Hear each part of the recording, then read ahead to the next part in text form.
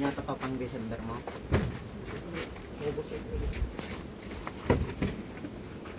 Uy, ba na lang? Tinagi dito. Tinag yung angin dito. Kaya natin amang pagkata. Damay-damay na to. Dito,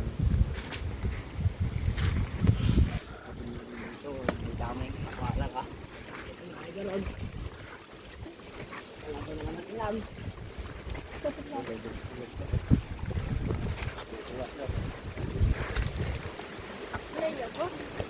Tingnan mo, luminisi ka.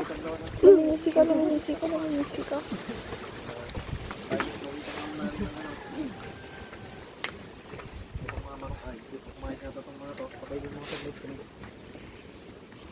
Kumain na ba ito? Hindi pa. Magpupuro na saglit. Diretso mo lang kayo.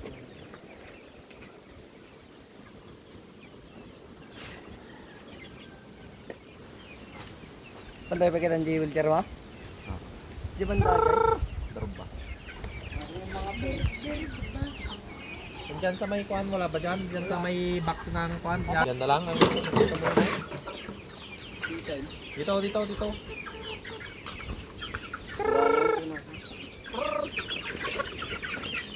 Bigyan mo na lang siya. Wala na, ubos na naman yung pagkain nila mga kaparmay. Ito po yung aming mga native chickens. Ang tatay po ng mga to ay pure black. Medyo malakas yung dugo niya kasi majority sa kanila ay black.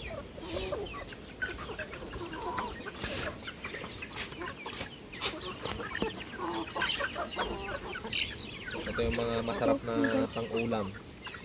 Manilaw-nilaw ang sabaw.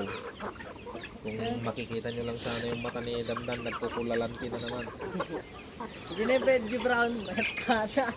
Star-star. Paldaw. So ganito lang din kasimple ang buhay namin dito sa sa bundok. May mga konting alaga, may mga tilapia, chicken, manok, baboy.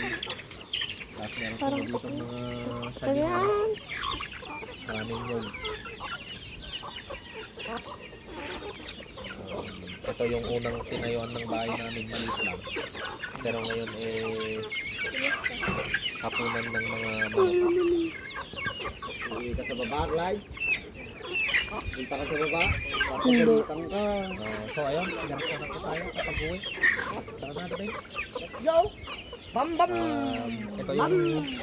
Ito yung inaayos namin daan. Like ko naman yung susi ko yung mga dito sa akin. Pero sa ngayon Susi ng euro. natigil muna dahil wala tayong Saan pupunta ikaw? Grabe ka na ya? lookout sa Bantarot. Saan? Diyan sa bato. Dito ka. Hindi alam mo. Pagka ganitong maulan, medyo mahirap talaga. Okay. Yan. Yan. May mga kape rin kami dito. Robusta coffee. Yeah. Tugadi guys. Ganyan itong mga pamanggaw, mga addicts talaga sa ano. Ang paot. Robusta. Coffee.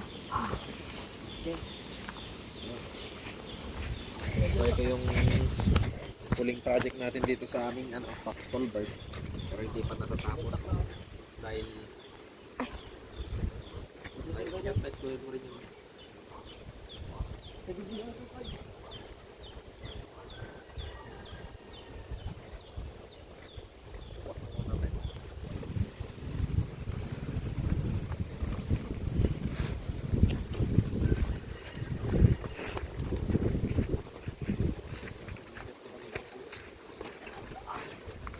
Ano talaga raptor?